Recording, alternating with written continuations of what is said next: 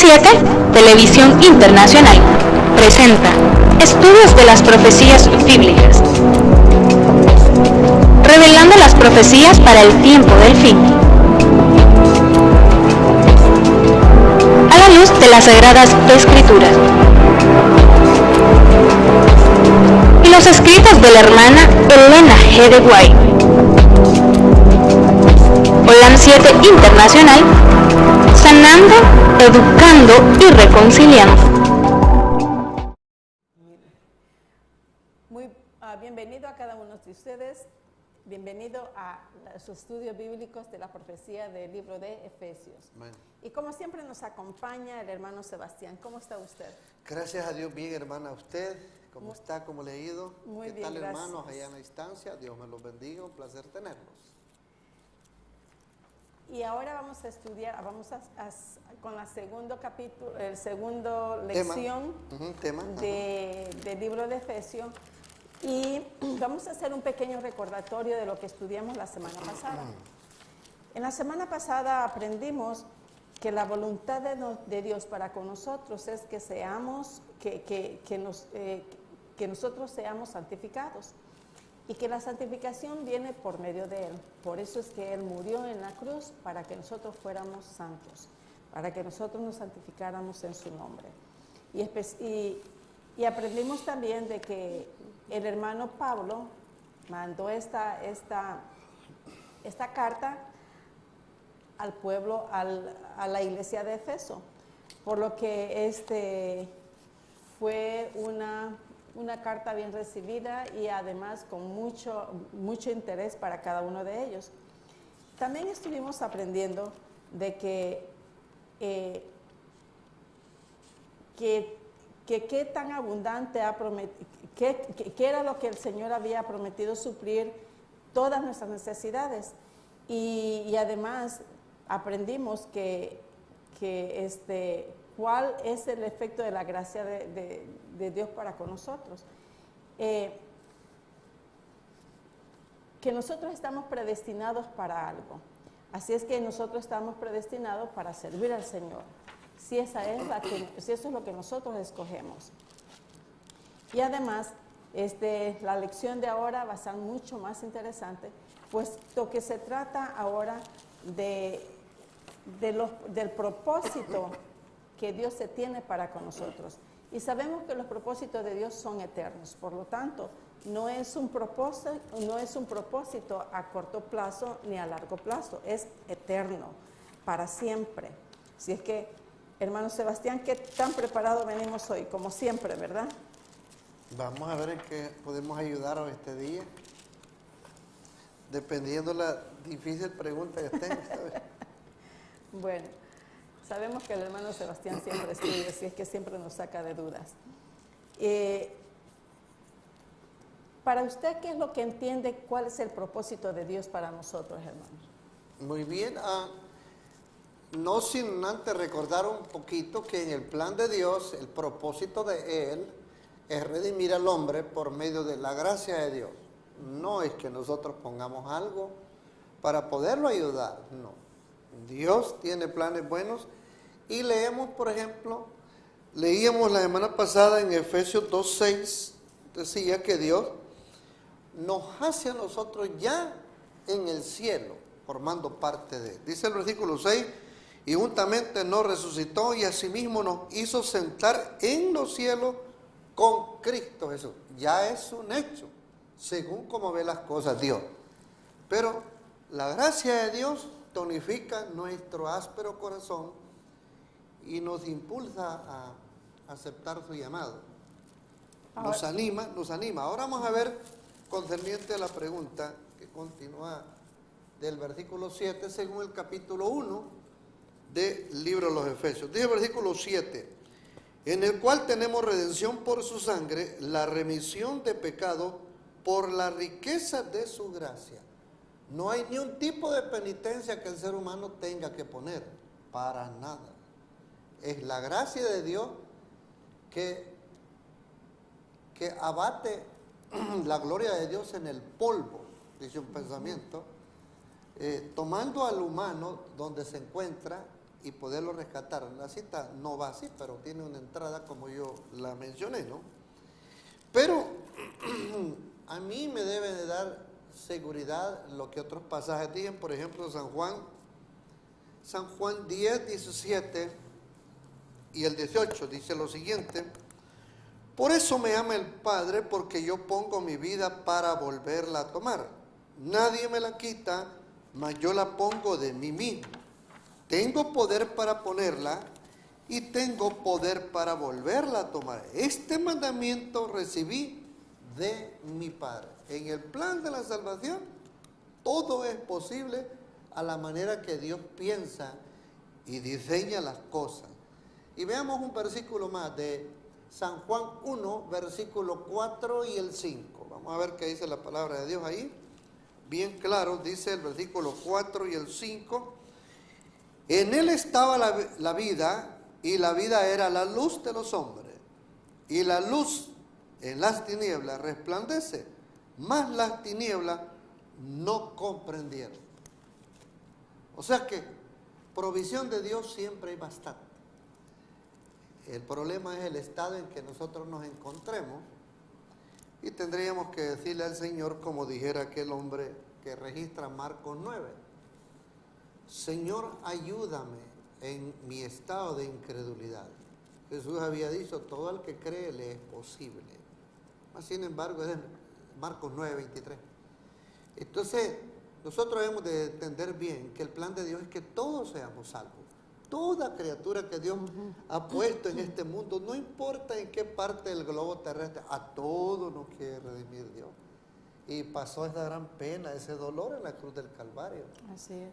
Y se fue al cielo, tiene un ministerio allá, y hay un ministerio del Espíritu Santo aquí en la tierra, según como lo dice San Juan 14, 16. En adelante termina el versículo 18 diciendo: no os dejaré huérfanos, yo vendré a vosotros. Hermano, usted mencionó de que en el capítulo, en Efesios 1:7, ahí dice, y lo leímos, ¿sí? Que decía ahí, en quien tenemos redención por su sangre, el perdón de los pecados según la riqueza de su gracia.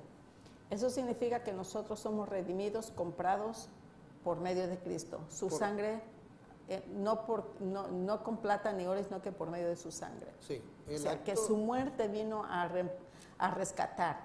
A reemplazar el sistema antiguo también. Ahí tenemos la cita. Okay. Muy bien. Ahora dígame, estaba leyendo yo el verso 8, el siguiente de este. A ver. Y ahí dice que hizo sobreabundar para con nosotros en toda sabiduría e inteligencia. Ahora bien, ¿qué es lo que hizo sobreabundar y cómo funciona eso? Porque está hablando de la gracia, pero ¿cómo es la cosa? ¿Cómo es que abundó esta gracia? Muy bien. Recordemos nosotros que el libro de los Hebreos dice bien claro que era necesario que lo que era sombra tomase otro rumbo, porque estaba señalando el sistema antiguo de que tenía que venir el verdadero. Sí. Y Cristo Jesús era la propiciación que se aceptaba y le era válido al pueblo. Entonces, una vez que Cristo viene a este mundo, Cristo suple mayormente esa necesidad. Por ejemplo, ahí en el capítulo 8 de Hebreos podemos ver los primeros versículos. Hebreos 8, versículo 1 dice: así que la suma acerca de lo dicho es, tenemos tal pontífice que se sentó a la diestra del trono de la majestad en los cielos, ministro del santuario y de aquel verdadero tabernáculo que el Señor asentó y no hombre. Mire, está bien clarito y todo. Porque todo, hablando del pasado, porque todo pontífice, dice el versículo 3, es puesto para ofrecer presentes y sacrificios, por lo cual necesario que también éste tuviese algo que ofrecer. Estamos hablando de los sumos sacerdotes de aquel tiempo. Así que si estuviese sobre la tierra, ni aún sería sacerdote, habiendo aún los sacerdotes que ofrecen los presentes según la ley, los cuales sirven de bosquejo y sombra de las cosas celestiales, como fue respondido a Moisés cuando había de acabar el tabernáculo. Mira, dice, haz todas las cosas conforme al dechado que te ha sido mostrado en el monte. Así que, hermana, aquí tenemos bien clarito que tenía que sobreabundar esa gracia, ¿ve? Que una vez que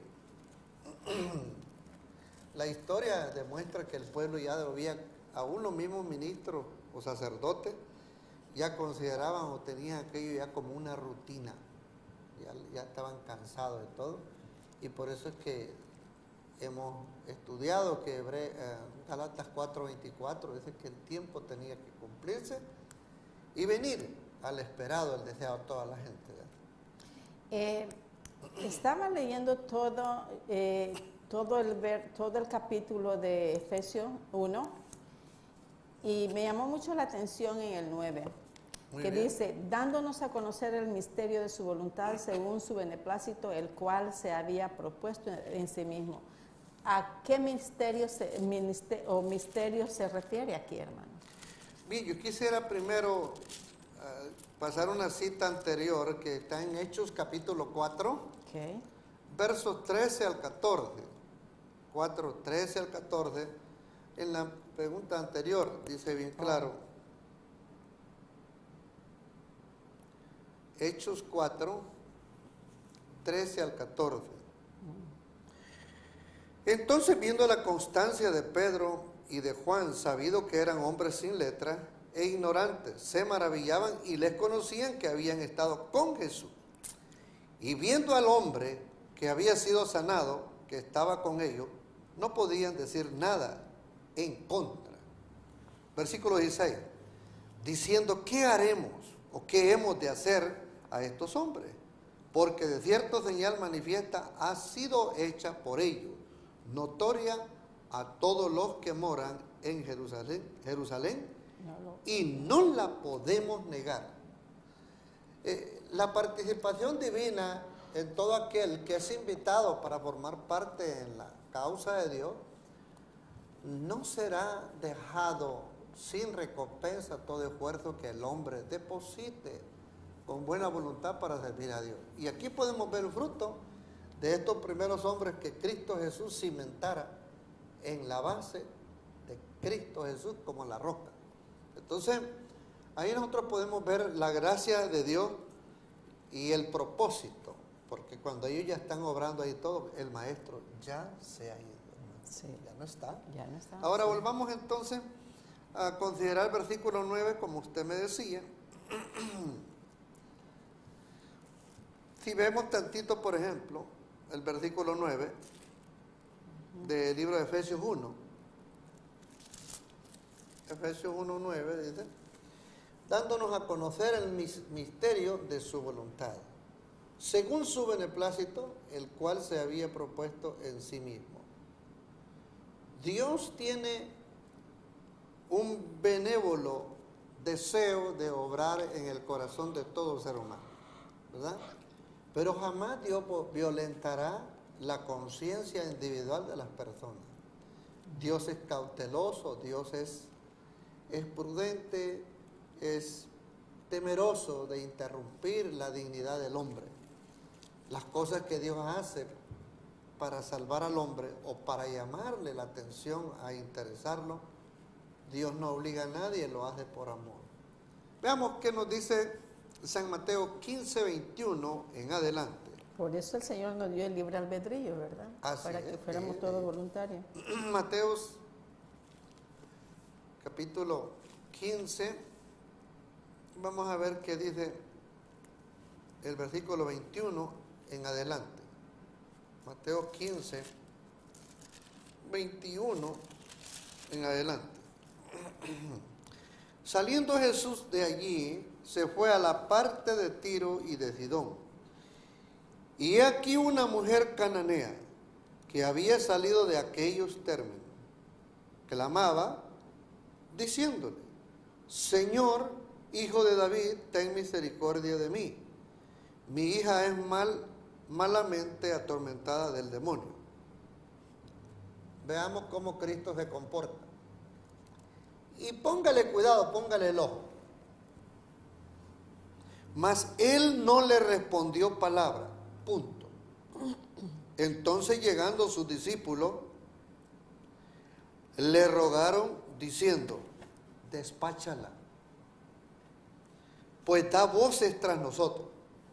Esta mujer tenía consistencia. No es que una vez había hablado. Esta mujer sí que pedía con ganas lo que se había propuesto. Y él respondiendo dijo: no soy enviado, sino a las ovejas perdidas de la casa de Israel. Punto.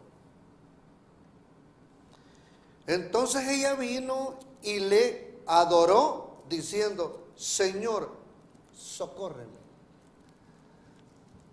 ¿A quién le estaba predicando primeramente Jesús? A los israelitas, A sus hermanos, a sus colegas, a sus compatriotas.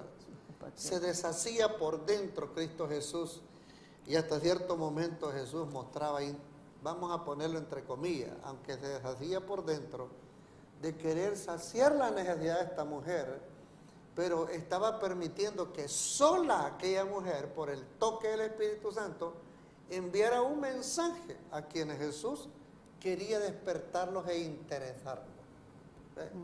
La mujer, ningún discípulo le dijo: da seguimiento a estos pasos para que despiertes en él el interés sobre ti. No, el mismo Espíritu que lucha en todo ser humano para la redención estaba golpeando el corazón de esa mujer.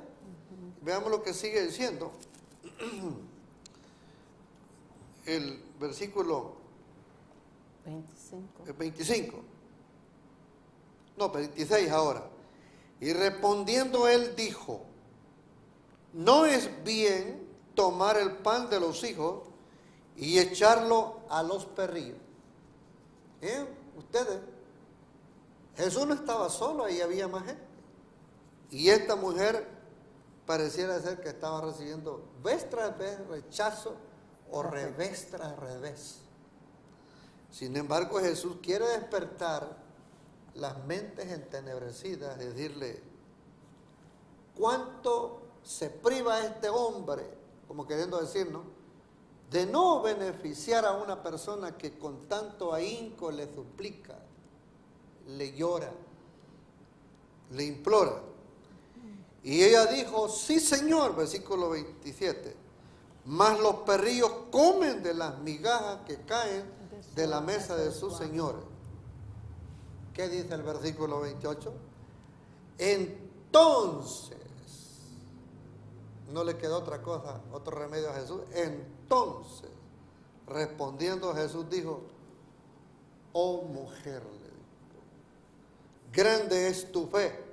En otras palabras, cómo me duele en el alma a mí, el maestro, no ver esa fe en mis hermanos compatriotas. Qué pena, qué lástima, qué tristeza da mi pueblo. Respondiendo dijo: oh mujer, grande es tu fe, sea hecho contigo como quieres. Y fue sana su hija desde aquella hora que el Señor había dicho la promesa a ella. Y de ahí Jesús tuvo que medir otro tiempo y compartirlo con otras gentes. ¿Cuál es el propósito, hermana, de Dios para salvar al ser humano? Es un propósito eterno. Sí. Como Dios piensa, como Dios suplica, como Dios motiva, como Dios permite, como Dios despierta estrategias. Sin ponerse de acuerdo, Dios utiliza a los extraños y da una respuesta. Yo no puedo decir que soy mejor que ustedes, mis hermanos. Al contrario, yo soy deudor a Dios para entregarme en servicio a Dios por ustedes. Porque aquí Jesús estaba entregándose completamente, dándose por completo, en primera instancia, en primera línea, a sus propios compatriotas y colegas. Y esto es lo que es peligroso para todo aquel que Una y otra vez Él está dando la palabra y se le está invitando todo. Y es triste. Aquí el Señor Jesús le da un revés, un vistazo a la mujer, me imagino. Yo le dice, sea como tú dices. Qué bárbaro, qué fe esta mujer. Sí, hermano, el tema se titula El propósito eterno de Dios. Así es. Ahora, ¿qué se contempla en este propósito eterno? Veamos el versículo 11 del capítulo 3 de los Efesios. Ay, ¿qué dice la palabra de Dios? Efesios capítulo 3, verso 11.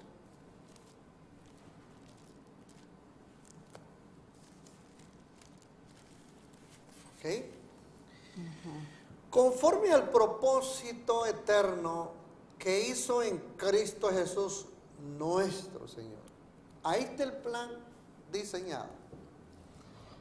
Y en la línea profética y los eventos en desarrollo, el pueblo militante debe de servir a Dios y tener la suma y debida paciencia para que cada acto se vaya cumpliendo en el proceso en desarrollo de la profecía. Nosotros podemos mirar todo esto por invitación de parte de Dios. Dios quiere que nosotros seamos rápidos, ligeros para contestarle, que no pospongamos la situación y postergarla una y otra vez. ¿Por qué? Porque hay un peligro en todo esto. Veamos lo que dice Apocalipsis 12:12. Apocalipsis 12:12.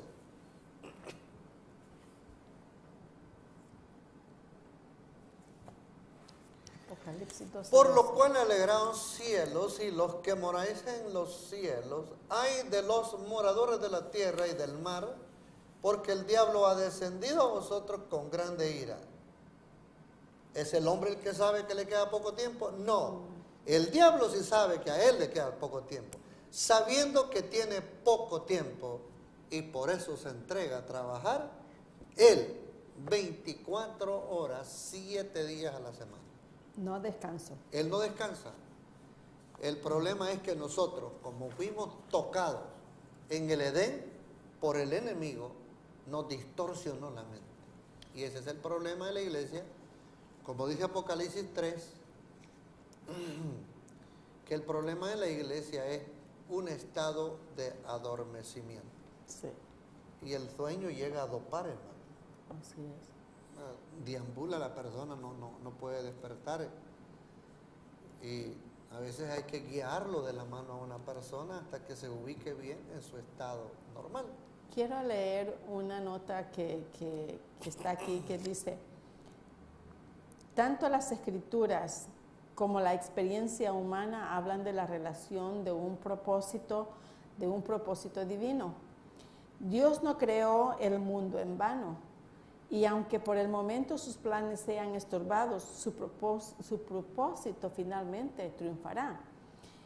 Era el Cristo que en el propósito eterno de Dios debía efectuar la salvación de toda la humanidad y vindicar sobre todo el carácter divino de Dios, o sea, de su Padre. La unidad del propósito de Dios requiere la completa sumisión de la voluntad de cada uno de los creyentes a la de su Señor y Maestro. Dicha unidad es semejante a la que el director espera de los diferentes instrumentos de su orquesta. O sea, que el Señor va dirigiendo y nosotros somos parte de su orquesta, es su decir. Y el cual nosotros como iglesia debemos de obedecer. Hermano, ¿qué seguridad tenemos nosotros del cumplimiento de esta promesa hecha a los creyentes de esta gran familia cristiana?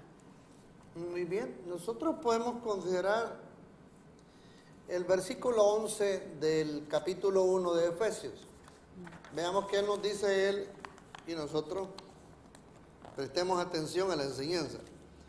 El versículo 11 dice lo siguiente, Efesios 1:11, explica el apóstol Pablo, dice: en él digo, en quien asimismo tuvimos suerte, habiendo sido predestinados conforme al propósito del que hace todas las cosas según el consejo de su voluntad.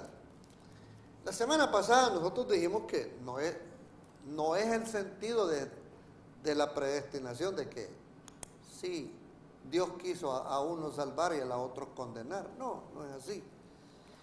Decíamos en vez pasada que el libro de San Juan 3:16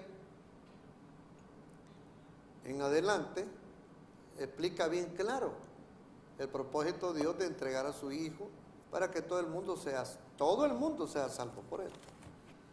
Y entonces el versículo 17 habla del propósito que Dios tiene de motivar el corazón del hombre.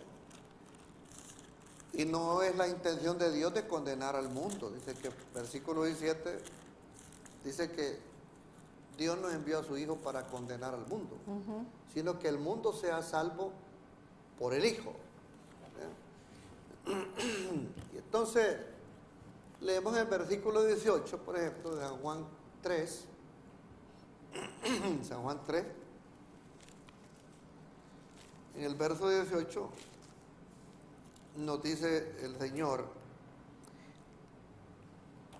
el que en él cree no es condenado, mas el que no cree ya es condenado porque no creyó en el nombre del unigénito Hijo de Dios. O sea que San Juan 3:16 redime cuando yo acepto a Dios. Y al quedarme indiferente, me condenó. No tengo nada que hacer. Me condenó. Lo permite, lo explica el versículo 18. ¿Me puede hacer una pregunta?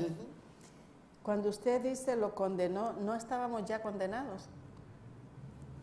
Pero el amor de Dios y su interés demuestra, que como dice el libro siempre de San Juan, ¿no? Capítulo 10, yo he venido, dice, para que tengan vida. Y la tengan en abundancia. Y para que la tengan en abundancia, no vivamos raquíticos. De decir, nosotros sabemos que la vida del hombre hoy en día no va más allá de 80 años. Ya no la hace el ser humano. Puras riumas, puras quejas y todo. Jamás el hombre puede enfrentar de 80 años en adelante una vida optimista, con brillo mental, reflejos físicos y todo, musculares, tendonitis. Hermano, ¿cómo podríamos nosotros tener una espiritualidad fuerte como la que usted está mencionando ahí, que el Señor desea? Bien, yo quisiera antes que nos fuéramos a explicar, veamos entonces, estábamos hablando de Efesios 1:11, veamos qué dice el versículo 5. ¿Cuál entonces sería el propósito de Dios para que nosotros fuésemos brillantes en la causa de Dios? Versículo 5 dice: en amor habiéndonos predestinados para ser adoptados. Adoptados hijos. Adoptados, mi hermano, no es una naturaleza real, pero sí Dios puede hacerlo parecer real, porque es la naturaleza divina trabajando.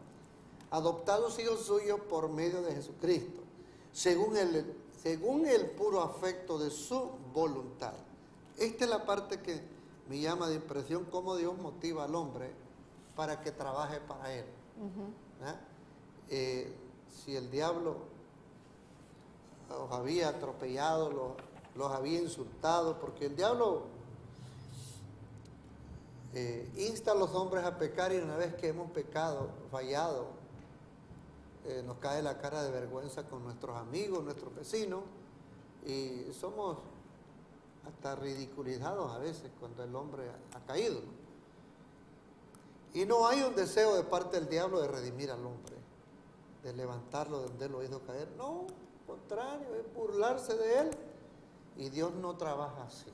Dios trabaja con promesas de restaurar, con promesas de levantarle la estima caída, la estima golpeada, atropellada, una dignidad completamente hundida.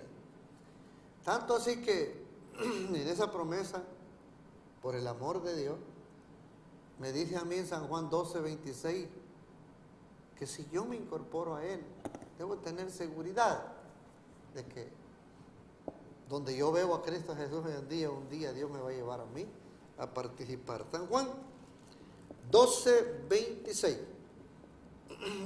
dice: si alguno me sirve, sígame, y donde yo estuviere, allí también estará mi servidor. Si alguno me sirviere, mi Padre le honrará. San Juan 16, y vamos a leer versos 19 y 20. Veamos que dice San Juan 16, 19 y 20. San Juan 16, 19 y 20.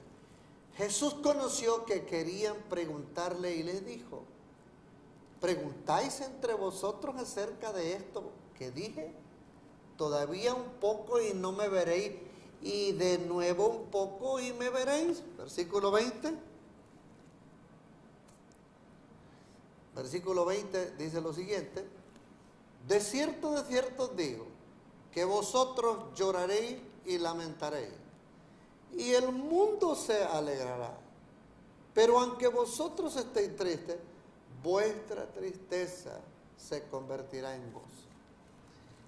¿Cuál es la reacción de una persona que no tiene el corazón enternecido por el Espíritu de Dios?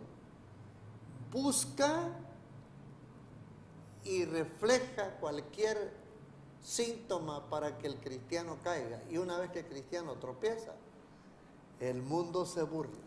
Dice: así lo quería ver. Dios no se complace ver a sus hijos tristes, y si en algún momento los ve tristes, la respuesta es gozo después, porque los discípulos llegaron a tener una hermosa armonía que los primeros historiadores del tiempo de ellos llegaron a admirarse de cómo ellos se amaban uno al otro, y uno al otro estaba dispuesto de morir por cada uno de ellos. Ese es el versículo que leímos anterior, que si en el presente iba a haber tristeza, será por un ratito, no te preocupes, no será por tanto tiempo. ¿Y usted cree que ese plan se está llevando a cabo, hermano? Claro que sí, hermano. ¿Cómo usted puede probar eso? Bueno, nosotros podemos mirarlo en el versículo 12. Efesios 1:12. Para que seamos para alabanza de su gloria, nosotros que antes esperamos en Cristo Jesús.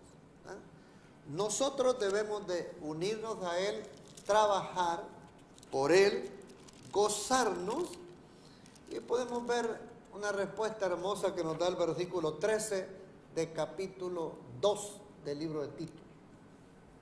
El cristiano que sirve a Dios debe estar feliz, gozoso. Tito 2:13. Vamos, ¿qué dice la palabra de Dios? En esto debemos nosotros de gozarnos, aguardando la esperanza bienaventurada y la manifestación gloriosa de nuestro gran Dios y Salvador Jesucristo. No solo en los momentos de tristeza nosotros vamos a dejar de caminar, no. La invitación es: sigamos para adelante, porque aún el mismo maestro tuvo momentos difíciles, momentos de tristeza, y él seguía para adelante, nunca para atrás. Sí. Estuvimos mencionando, voy a leer Efesios 3, 14, 15, porque tengo una pregunta acerca de esto. Dice, Efesios 3, 14 y 15 dice: para que ya no seamos niños fluctuantes, llevados por doquiera de todo viento de doctrina, por estratagema de hombres para engañar, emplean con astucia las artimañas del error, sino que siguiendo la verdad en amor, crezcamos en todo en aquel que es la cabeza, esto es Cristo. Explíquenos un poquito de eso, por favor, hermanos, acerca de que ¿somos nosotros niños fluctuantes? ¿O eso es lo que el Señor no quiere, que seamos niños fluctuantes? Y además, para que crezcamos, dice, en aquel que es la cabeza. Bien, nosotros tenemos pues, dice el apóstol Pedro, tenemos pues la palabra profética a la cual hacéis bien estar atentos, ¿no? Y si Dios nos llamó, no nos llamó para pasar solamente momentos felices como quisiéramos de todos, ¿no? Que Cristo dijo bien claro en el libro de San Juan: en el mundo tendréis tribulación, mas confiad, yo he vencido al mundo. Y vemos en el versículo 18, dice: el mundo ama lo suyo. Y lo suyo, ¿no? Y por cuanto vosotros no sois del mundo, por esto el mundo os aborrece. Es lo que dice San Juan 15, 18. 15, 18. En San Juan. Nosotros tenemos que entender todas estas cosas, que si el maestro, mire, si el mundo os aborrece, dice ahí bien claro, sabed que a mí me ha aborrecido antes que a vosotros. Versículo 19.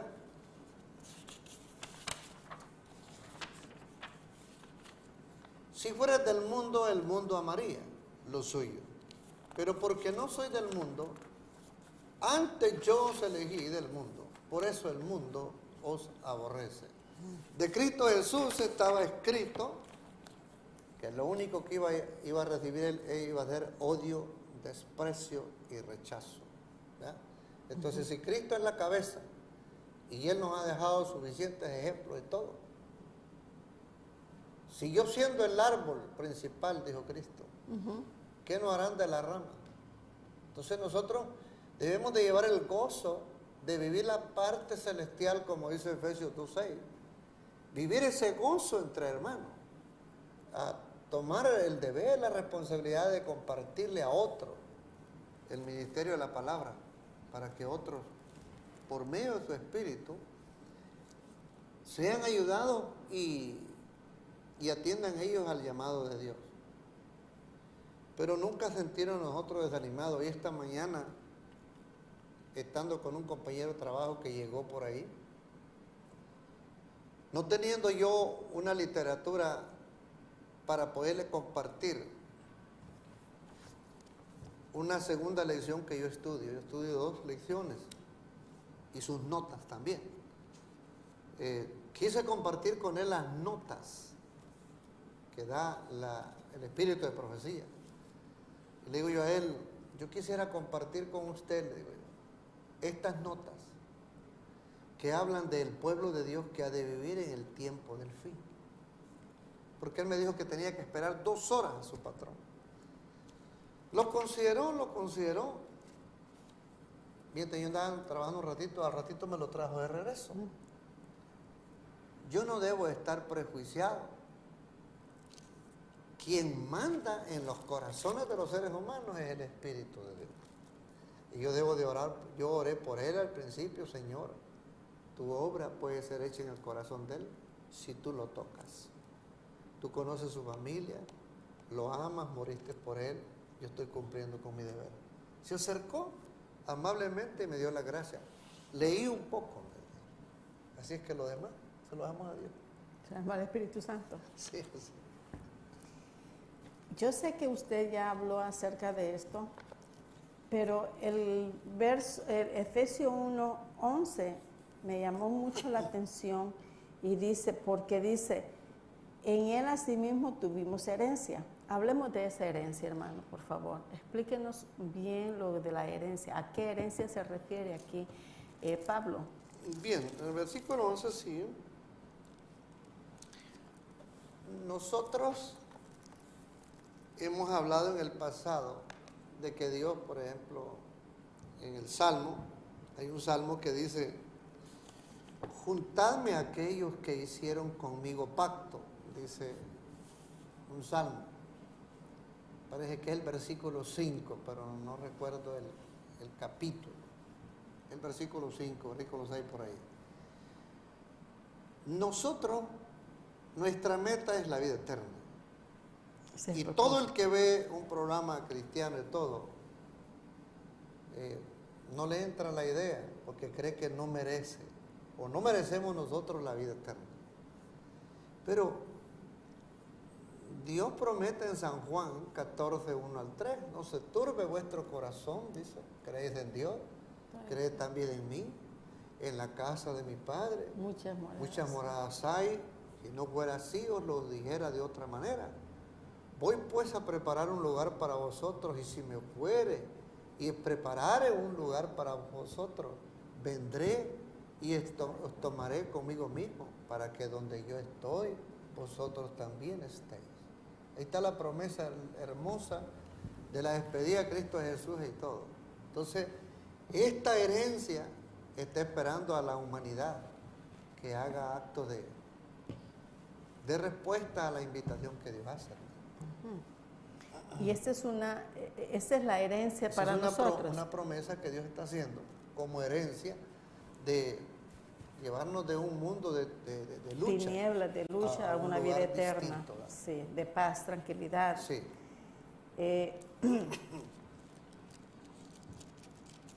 Quiero regresar, hermano, un poquito. Quiero ir por capítulo, pero donde más me llama mucho a mí,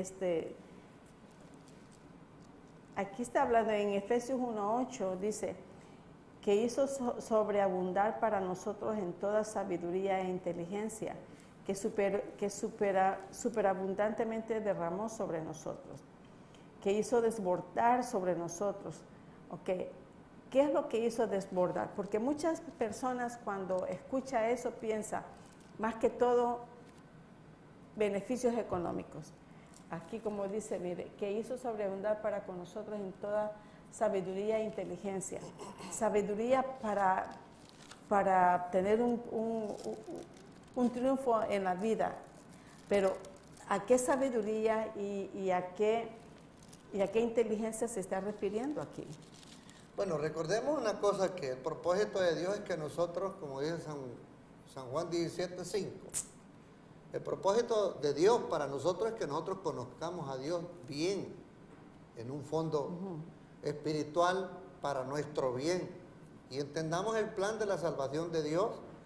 Y si la desgracia que nos ha tocado vivir, que los rechazos, el odio que trajo el pecado de todo, nosotros sepamos comprender a Dios también, que si algunas veces en nuestro subconsciente nos hemos preguntado, si Dios ya sabía desde antemano y conoce las cosas desde el principio hasta el fin, ¿por qué dejó continuar al diablo que hiciera estragos en la humanidad? Y está haciendo estragos y va a seguir haciendo estragos. Y hermano, ahora que usted menciona eso, hay muchas personas que se hacen esa pregunta. No solo eso, personas que están dentro de la iglesia también, por muchos años. Sí, y hay personas que están tan desilusionadas y tan enojadas porque dice, si Dios sabe eso, ¿por qué lo permite? ¿Por qué?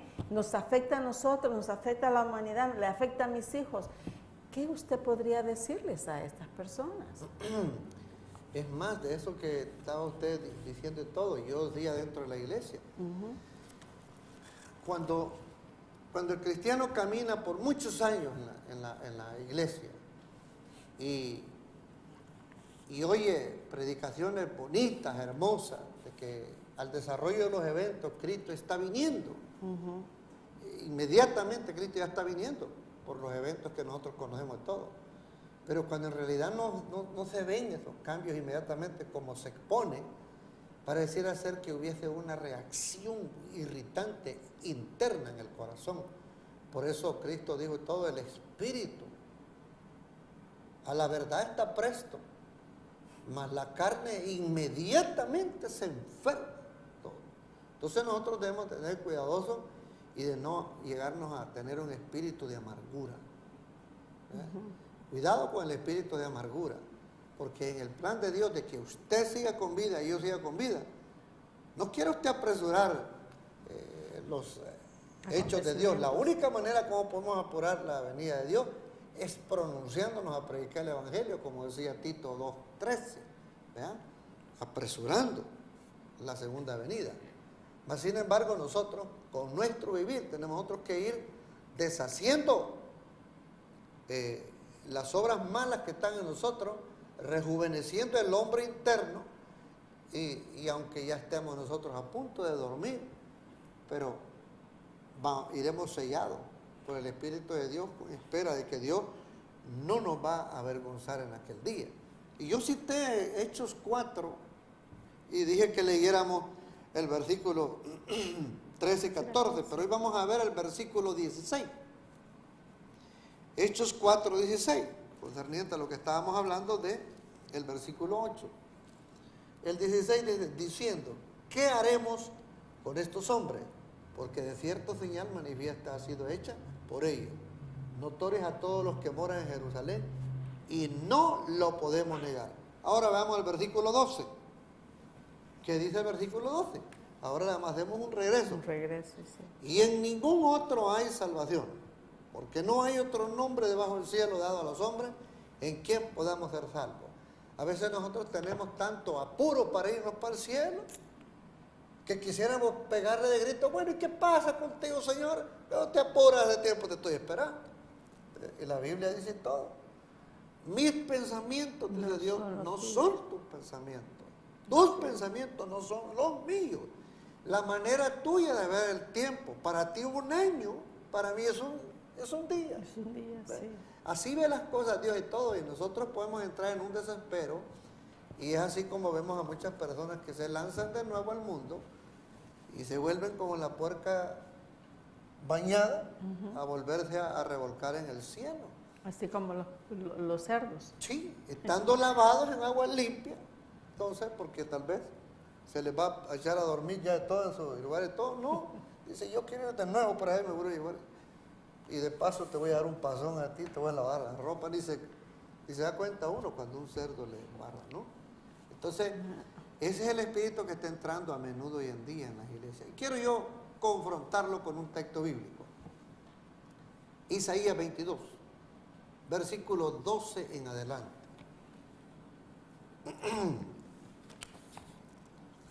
Isaías 22, 12 en adelante.